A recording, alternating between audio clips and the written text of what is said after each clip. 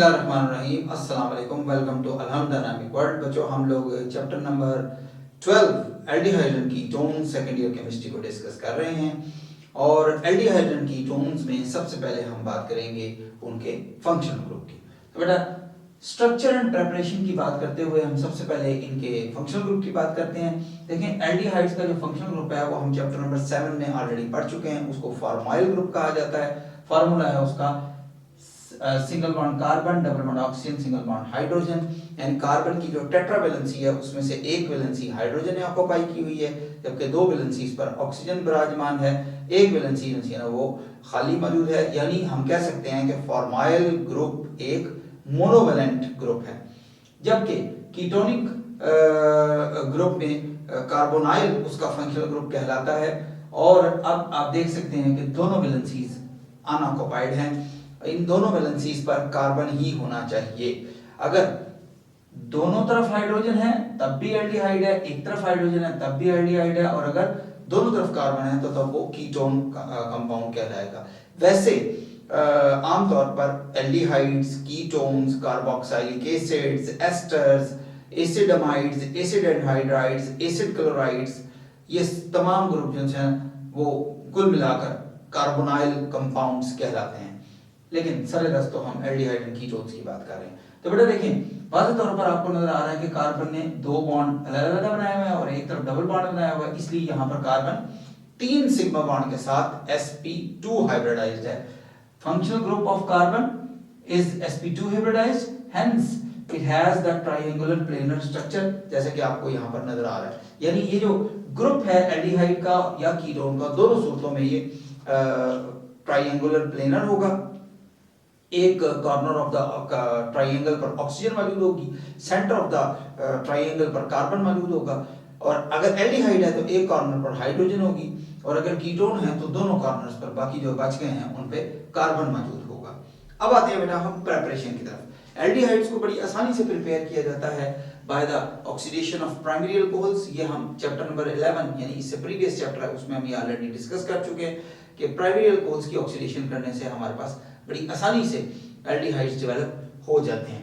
तो देखें, bye the oxidation of primary alcohols, अगर हमारे पास मेथनॉल मौजूद है तो मेथनॉल जो है ना उसको हम बड़ी आसानी के साथ वेपर्स में कन्वर्ट कर सकते हैं। उसका बॉइलिंग पॉइंट बहुत कम होता है, और उसके साथ ऑक्सीजन को ब्लेंड करते हुए इस मिक्सचर को, यानी मेथनॉल वेपर्स और ऑक्सीजन का जो मिक्सचर है, इस मिक्सचर को अगर आप प्लैटिनाइज्ड एस्बेस्टस में से पास करेंगे 300 डिग्री सेल्सियस पर, तो हमारे पास फॉर्मल्डिहाइड तैयार होगा। याद रखें कि एल्डिहाइड्स में से सिर्फ फॉर्मल्डिहाइड ऐसा है जो रूम टेम्परेचर पर गैस स्टेट में मौजूद होता है, बाकी तमाम एल्डिहाइड लिक्विड स्टेट में मौजूद होते हैं। इसलिए इस फॉर्मल्डिहाइड को आइस कोल्ड वाटर में से पास करके हम तैयार करते हैं फॉर्मलिन का मिक्सचर।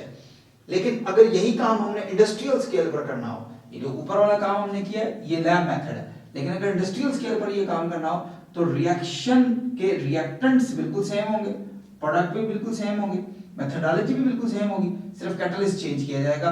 प्लैटिनस एस्बेस्टास के बजाय हम आयरन ऑक्साइड और मोलिब्डेनम ऑक्साइड को इस्तेमाल करेंगे 500 डिग्री सेल्सियस पर, और हमारे पास उसी तरह फॉर्मल्डिहाइड के वेपर्स आएंगे।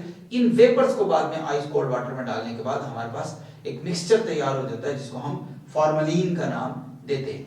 बेटा फॉर्मलिन में, और ये फॉर्मलिन हमारे लिए फॉर्मल्डिहाइड की जगह हर काम करता है। Formalin it contains 40% of the formaldehyde, 8% of the unreacted methanol and remaining is 52% water. लेकिन अगर आप 40% फॉर्मल्डिहाइड और 60% वाटर भी कहना चाहें तो कोई गलती नहीं है, क्योंकि कोई जरूरी नहीं है कि वहां पर हमारे पास जो मेथनॉल है वो बचा हुआ हासिल हो जाए। यही काम अगर हमने एस्टल्डिहाइड तैयार करना है तो एथेनॉल इस्तेमाल किया जाएगा। सोडियम डाइक्रोमेट और एथेनॉल के मिक्सचर को हम पहले एक मिक्सचर तैयार करते हैं जिसमें एथेनॉल होता है और उसमें सोडियम डाइक्रोमेट डाला जाता है, पोटेशियम डाइक्रोमेट भी डाला जाता है। इस मिक्सचर को फिर हम बॉइलिंग डाइल्यूट सल्फ्यूरिक एसिड में से पास करते हैं। जैसे ही इसमें से पास किया जाता है तो एस्टल्डिहाइड के वेपर्स डेवलप होते हैं। ये जी एस्टल्डिहाइड के वेपर्स।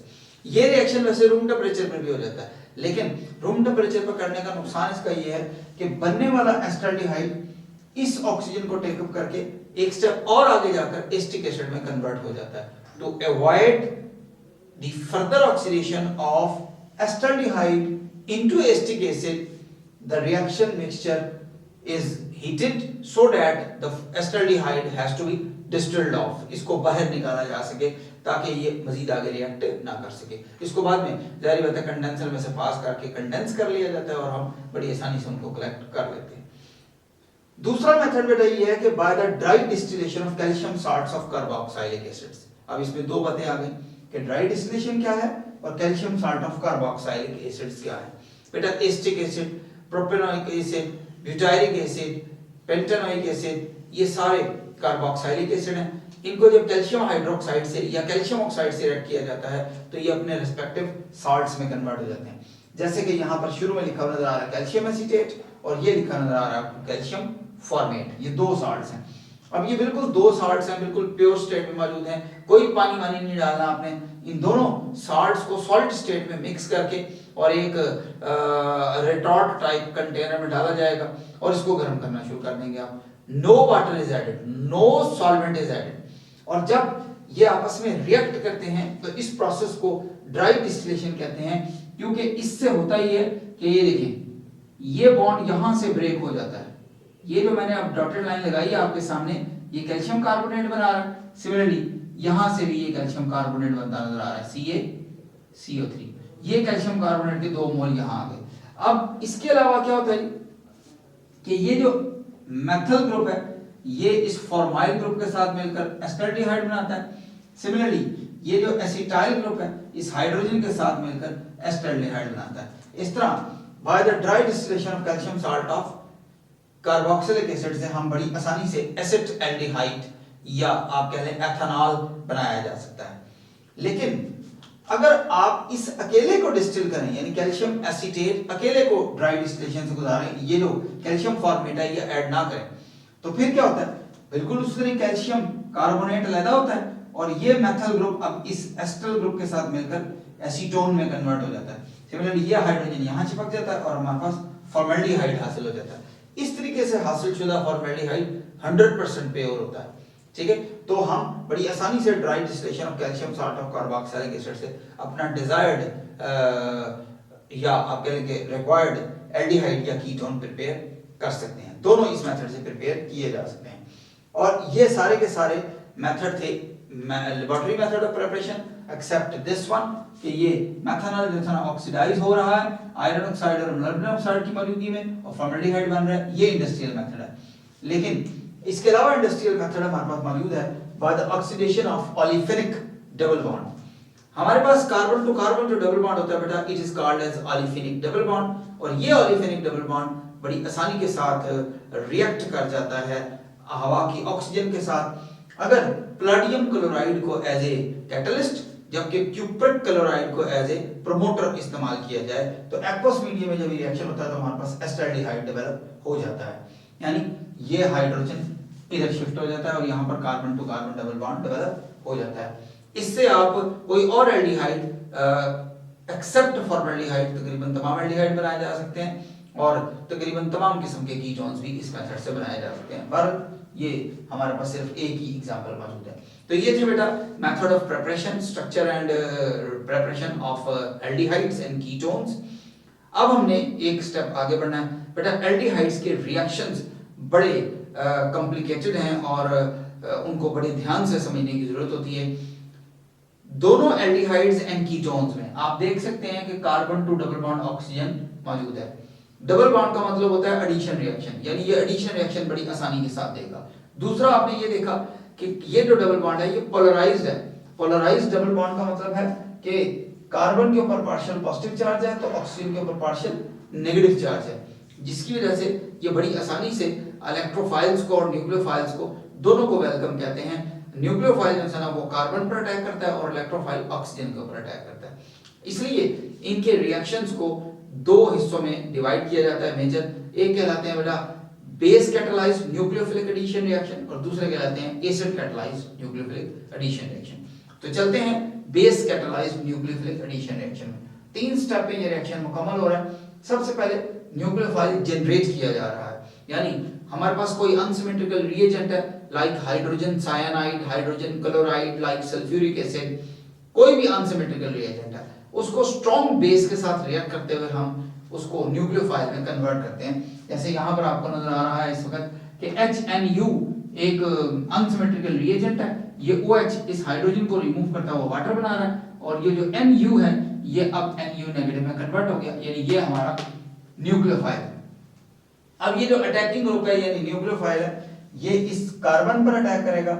चूंकि कार्बन की वैलेंसी टेट्रा ऑलरेडी पूरी है, इसलिए ये Nu यहां पर अटैक करने के बाद carbon to oxygen double bond oxygen पर शिफ्ट हो जाता है और हमारे पास एक नया आयन डेवलप हो जाता है called as oxide ion.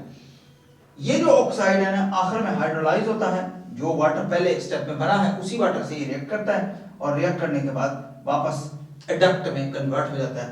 This is called as adduct. Adduct means addition product, यानी ये एक ऐसा प्रोडक्ट है जो एडिशन रिएक्शन की वजह से वजूद में आया है।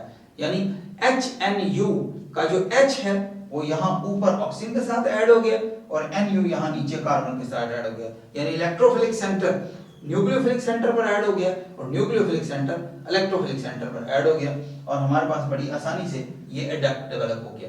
इस एडक्ट का हमने क्या करना है वो एक अलग बात है, यानी साइनोहाइड्रिन्स के केस में हम उसको हाइड्रोलाइज करके बाद में अल्फा हाइड्रोक्सी कार्बोक्सिलिक एसिड बनाते हैं, किसी में वापस एसिड हाइड्रोलाइज करके हम ओरिजिनल एल्डिहाइड या कीटोन बनाते हैं या किसी और प्रोडक्ट में कुछ और करते हैं। तो बच्चों हम लोग बात कर रहे थे nucleophilic addition reactions base catalyzed की।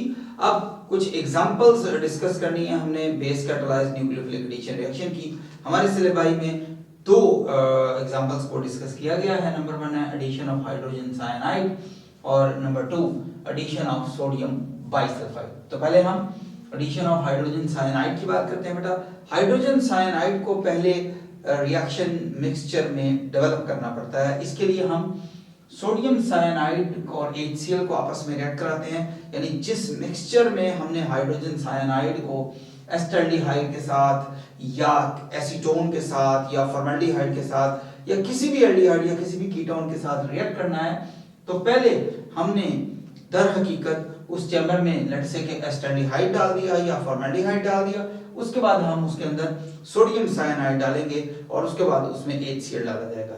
जैसे ही HCl ऐड किया जाएगा it react with sodium cyanide to produce hydrogen cyanide और हाइड्रोजन साइनाइड वहां पर मौजूद बेस के साथ रिएक्ट करता हुआ, बेस के साथ कैसे रिएक्ट करेगा ये मैकेनिज्म आपके सामने बेटा कि ये हाइड्रोजन साइनाइड आ गया, लेट्स से ये बेस आ गया और ये वाटर बनेगा और वो यहां पर बनेगा सायानो ग्रुप। ये सायानो ग्रुप फिर एस्टल्डिहाइड या एसीटोन या किसी के साथ भी रिएक्ट करता हुआ ऑक्साइड आयन में कन्वर्ट होगा और ऑक्साइड आयन हाइड्रोलाइज होने के बाद एडक्ट में यानी सायानोहाइड्रिन में कन्वर्ट हो जाएगा।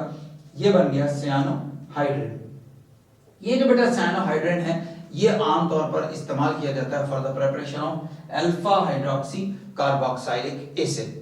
जैसे कि एसिटाल्डिहाइड का सायानोहाइड्रिन यहाँ पर यूज किया जा रहा है, सल्फ्यूरिक एसिड या किसी और एसिड के साथ इसको हाइड्रोलाइज किया जा रहा है। ये जो CN ग्रुप नजर आ रहा है आपको C triple bond N group, ये दर हकीकत हाइड्रोलाइज होता है और कार्बोक्सिलिक एसिड में कन्वर्ट हो जाता है जैसे कि यहाँ पर आपको नजर आ रहा है। और खुद ये जो नाइट्रोजन है ये यहाँ से रिमूव होती है एज ए अमोनियम आयन और अमोनियम बाइसल्फेट या अमोनियम क्लोराइड या ammonium nitrate according to the acid ये डेवलप हो जाता है। ये जो कंपाउंड इस वक्त है ये लैक्टिक एसिड कहलाएगा, यानी एस्टल्डिहाइड से लैक्टिक एसिड ये बनाया जा सकता है। अगर पेपर में पूछा रहे how can you convert acetaldehyde into lactic acid, तो पहले बच्चों आपने ये रिएक्शन लिखना है, उसके बाद इस रिएक्शन के साथ यहां तक पहुंच जाना है। वैसे आप देख सकते हैं कि ये कार्बोक्साइल ग्रुप है, कार्बोक्साइल ग्रुप के बाद पहला कार्बन ये है, ये अल्फा कार्बन हुआ और ये बीटा कार्बन।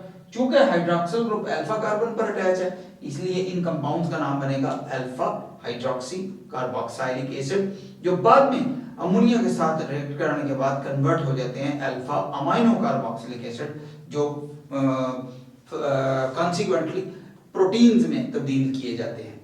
तो ये था बेटा सायानोहाइड्रिन का बनना और फिर उसका इस्तेमाल करना।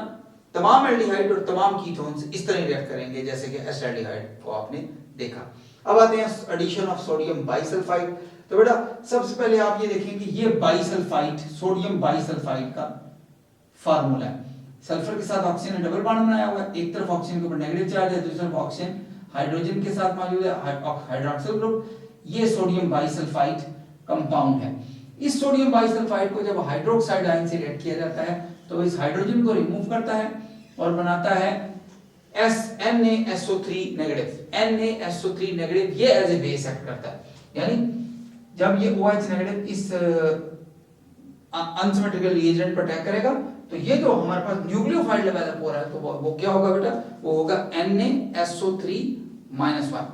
ये NaSO3-1 ये फिर एस्टल्डिहाइड या फॉर्मल्डिहाइड या किसी और एल्डिहाइड के साथ बेसिक मीडियम में रिएक्ट करते हुए फाइनली इस मैकेनिज्म को फॉलो करते हुए एडक्ट में कन्वर्ट होता है। इसको हम बोलते हैं सोडियम बाइसल्फाइड एडिशन प्रोडक्ट, यानी इसका कोई पर्टिकुलर नेम नहीं बल्कि हमने नाम दे दिया सोडियम बाइसल्फाइड एडिशन प्रोडक्ट।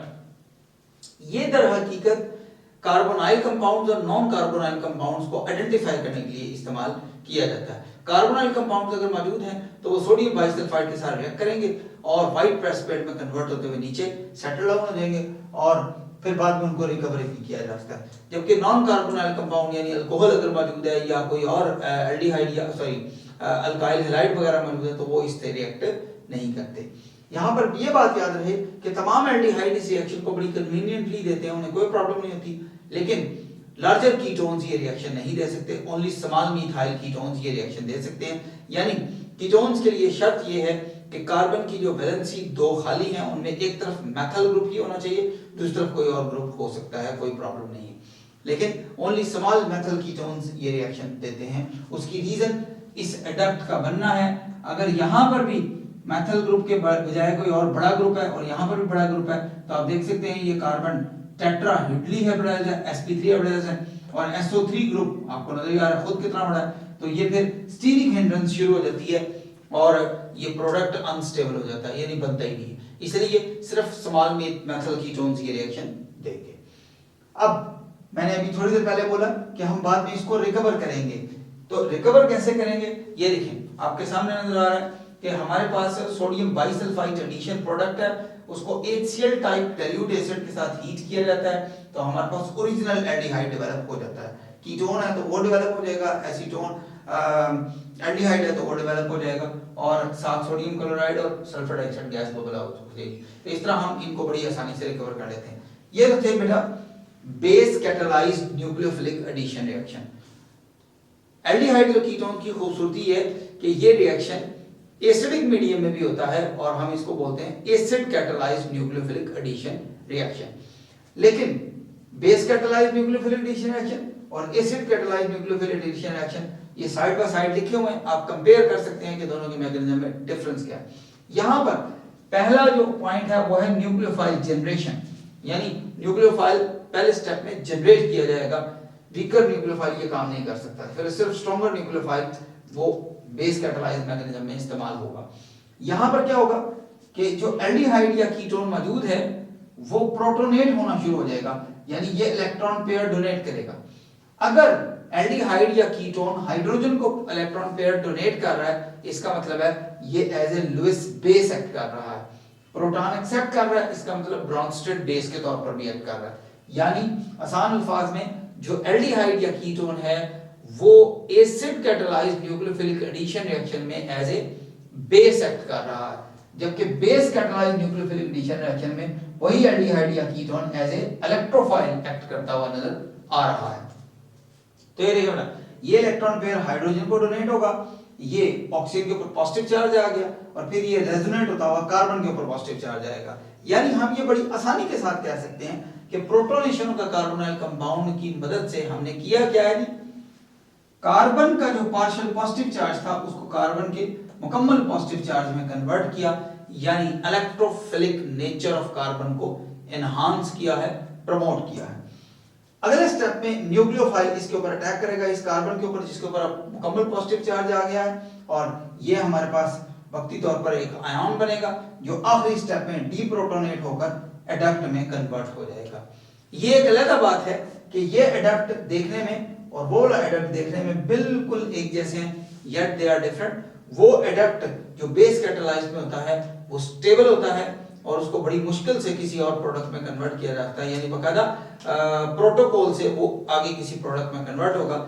जैसे कि ये साइनोहाइड्रिन में आपने देखा था कि साइनोहाइड्रिन एक एडक्ट है और इसको एसिड हाइड्रोलाइसिस से गुजारेंगे तो अल्फा हाइड्रोक्सी कार्बोक्सिलिक एसिड बनेगा। सिमिलरली ये सोडियम बाइसल्फाइड में जो एडक्ट बना वो तो व्हाइट प्रेसिपिटेट में आके नीचे सेटल डाउन हो गया, बड़े आराम से सुकून से बैठ गया, उसे कोई प्रॉब्लम नहीं है। हाँ, अगर उसको HCl के साथ बॉयल किया जाए तब वो वापस एल्डिहाइड में कन्वर्ट होगा, अदरवाइज नहीं। लेकिन बच्चों acid catalysed nucleophilic addition reaction का बनने वाला एडक्ट स्पॉन्टेनियसली डिहाइड्रेट होता है, डिहाइड्रेट होता है और एक नए कंपाउंड में यानी एलिमिनेटेड प्रोडक्ट में कन्वर्ट हो जाता है। तो बच्चों हम लोग acid catalysed nucleophilic addition reaction पढ़ रहे थे और acid catalysed nucleophilic addition reaction में अब हमारे पास कुछ एग्जांपल्स मौजूद हैं। सबसे पहले बेटा फॉर्मेशन ऑफ मेटाफॉर्मल्डिहाइड एंड पैराल्डिहाइड। दर हकीकत इसको दो तरीकों से एक्सप्लेन किया जा सकता है। वन ऑफ देम जैसे कि किताब में एक्सप्लेन किया गया है कि ये पॉलीमराइजेशन ऑफ फॉर्मल्डिहाइड है कि फॉर्मल्डिहाइड के 3 मॉलिक्यूल मिलकर एक ट्राइमर बना रहे हैं, इस तरह एस्टल्डिहाइड के 3 मॉलिक्यूल मिलकर एक ट्राइमर बनाते नजर आ रहे हैं। लेकिन दर हकीकत ये हाइड्रेशन ऑफ फॉर्मल्डिहाइड है और हाइड्रेशन ऑफ एल्डिहाइड्स है। और याद रहे कि हाइड्रेशन सिर्फ एल्डिहाइड्स की हो सकती है, ketones do not go hydration. तो फॉर्मल्डिहाइड के 3 मॉलिक्यूल डाइल्यूट सल्फ्यूरिक एसिड की मौजूदगी में आपस में रिएक्ट करते हैं और मेटाफॉर्मल्डिहाइड बनाते हैं, which is also known as methanol trimer. Similarly जो हमारे पास एस्टल्डिहाइड है यानी एथेनॉल है, इसके भी 3 मॉलिक्यूल आपस में जुड़कर और एथेनॉल ट्राइमर में कन्वर्ट हो जाते हैं, जिसको हम उर्फे आम में पैराल्डिहाइड कहते हैं। और इसी तरह के एथेनॉल टेट्रामर भी डेवलप किया जाता है। ये दोनों चीजें बाद में मुख्तलिफ किस्म की मेडिसिन बनाने के लिए इस्तेमाल की जाती हैं। लेकिन सबसे ज्यादा इंपॉर्टेंट जो acid catalysed nucleophilic addition reaction की कैटेगरी के नीचे आता है वो है reaction of ammonia derivative. Ammonia itself और अमोनिया के वो तमाम डेरिवेटिव जिनमें नाइट्रोजन के पास एटलीस्ट 2 हाइड्रोजन एटम मौजूद हैं, ammonia, urea, phenyl hydrazine, hydrazine, hydroxylamine, 2,4-DNPH, semicarbazide and many more. बहुत सारे और हैं जिनमें अमोनिया या उसका कोई डेरिवेटिव मौजूद है, वो बड़ी आसानी के साथ किसी न किसी एल्डिहाइड के साथ या किसी न किसी कीटोन के साथ रिएक्ट कर जाता है in the presence of a definite acid. तो हमारे पास एक एडक्ट आता है। यहाँ पर आपने ये बात याद रखनी है कि ये जो एडक्ट यहाँ पर बना है acid catalysed nucleophilic addition reaction के हेडिंग के नीचे, ये एडक्ट ये जो हाइड्रोक्सिल ग्रुप है और ये जो हाइड्रोजन है अमोनिया के साथ लगा हुआ, ये दोनों आपस में रिएक्ट करते हैं और वाटर एलिमिनेट होता है और हमारे पास फाइनल एलिमिनेटेड प्रोडक्ट आ जाता है। This is the basic difference between the acid catalysed and base catalysed nucleophilic addition reaction. कि base catalysed nucleophilic addition reaction का जो एडक्ट है वो स्टेबल है, उसको कुछ नहीं होता तावक्त है कि आप उसे रिएक्ट ना कराएं। लेकिन ये जो एडक्ट है ये बड़ा अनस्टेबल है और बड़ी आसानी से आगे एलिमिनेट होकर वाटर रिलीज करता हुआ एलिमिनेटेड प्रोडक्ट में कन्वर्ट हो जाता है। तो बेटा मेरे दाएं जानिब आप देख सकते हैं कि इसका मैकेनिज्म यहाँ पर प्रिंट किया गया है। लेट्स कंसीडर कि हम एसिटाल्डिहाइड से इस काम का आगाज करते हैं। तमाम एल्डिहाइड और तमाम कीटोन बिल्कुल एक जैसा रिएक्ट करते हैं, किसी किस्म की भी कोई डिस्क्रिपेंसी नहीं है या आप कह लेंगे कोई डेफिशिएंसी नहीं है किसी एसिड या बेस की। तो ये देखिए सबसे पहले प्रोटोनेशन होती है, जैसे कि मैकेनिज्म में आपको समझाया गया था। ये इलेक्ट्रॉन पेयर हाइड्रोजन को डोनेट होगा तो आप एसिटाल्डिहाइड को कह सकते हैं कि ये एक लुईस बेस है या आप कह सकते हैं कि ये एक ब्रॉन्स्टेड बेस है। ये प्रोटॉन एक्सेप्ट करेगा और ये हमारे पास प्रोटोनेटेड एल्डिहाइड बनेगा जिसमें कार्बन के ऊपर मुकम्मल पॉजिटिव चार्ज आ जाएगा, यानी इलेक्ट्रोफिलिक सेंटर यानी electrophilic nature of carbon has been enhanced. इसकी वजह से क्या होगा, एक वीकर बेस लाइक अमोनिया या अमोनिया का कोई डेरिवेटिव बड़ी आसानी से न्यूक्लियोफिलिक अटैक करता हुआ इस कार्बन को इलेक्ट्रॉन पेयर डोनेट करेगा और वक्ती तौर पर ये आयन बनेगा जो कि डीप्रोटोनेट होता हुआ ये जो नाइट्रोजन के साथ 2 हाइड्रोजन लगे हुए थे इनमें से एक हाइड्रोजन रिमूव हो जाएगा डीप्रोटोनेशन और ये हमारे पास एडक्ट आ गया और यहां से अब टर्निंग पॉइंट स्टार्ट होता है। ये बेस कैटालाइज्ड होता तो यहां पर रिएक्शन खत्म हो जाता, लेकिन एसिड कैटालाइज्ड में क्या हुआ कि ये अब फर्दर फिर से प्रोटोनेट होता है, यानी ये जो हाइड्रोजन आयन इसने डीप्रोटोनेशन के जरिए से रिलीज किया इसी को यह हाइड्रोक्सिल ग्रुप टेकअप करता हुआ वाटर में कन्वर्ट हो जाता है और हमारे पास एक और प्रोटोनेटेड प्रोडक्ट आ जाता है। ये प्रोटोनेटेड प्रोडक्ट क्योंकि पॉजिटिवली चार्ज है इसलिए ये अनस्टेबल है और ये फिर अगले स्टेप में जाकर बड़ी आसानी से वाटर रिलीज करता हुआ और हाइड्रोजन रिलीज करता हुआ यानी डिहाइड्रेशन एंड डीप्रोटोनेशन करता हुआ एलिमिनेटेड प्रोडक्ट में कन्वर्ट होगा। आप देख सकते हैं कि नाइट्रोजन के पास जो दूसरी हाइड्रोजन थी वो भी एलिमिनेट हो गई है और अब nitrogen to carbon double bond develop हो गया और carbon to oxygen bond break होकर ऑक्सीजन पर चला गया और वाटर रिमूव हो गया, इसलिए हमने इसको एलिमिनेटेड प्रोडक्ट कह दिया। तो अब आप बड़ी आसानी से रिकॉग्नाइज कर सकते हैं the basic differences between base catalyzed nucleophilic addition reaction and acid catalyzed nucleophilic addition reaction। तो उसको हम इस तरह एनालिस्ट कर सकते हैं। नंबर 1 कि base catalysed nucleophilic addition reaction में स्ट्रॉन्ग बेस इस्तेमाल किया जाता है while एसिड कैटालाइज्ड में वीक बेस यूज किया जाता है। Base catalysed nucleophilic addition reaction में कार्बन की हाइब्रिडेशन स्टेट sp2 से स्टार्ट होकर sp3 पर टर्मिनेट होती है क्योंकि रिएक्शन एडक्ट तक जाकर स्टॉप हो जाता है। लेकिन acid catalysed nucleophilic addition reaction में कार्बन sp2 हाइब्रिडेशन स्टेट से होता हुआ sp3 तक पहुंचता है लेकिन वापस खत्म फिर sp2 पर होता है यानी हाइब्रिडेशन स्टेट दोबारा sp2 में कन्वर्ट हो जाती है। और तीसरा कि acid base catalysed nucleophilic addition reaction में एल्डिहाइड या कीटोन एज इलेक्ट्रोफाइल एक्ट करेंगे व्हाइल एसिड कैटालाइज्ड मैकेनिज्म में ये जो एल्डिहाइड या कीटोन होंगे ये एज ए लुईस बेस या आप कह लें ब्रॉन्स्टेड बेस के तौर पर एक्ट करते नजर आएंगे।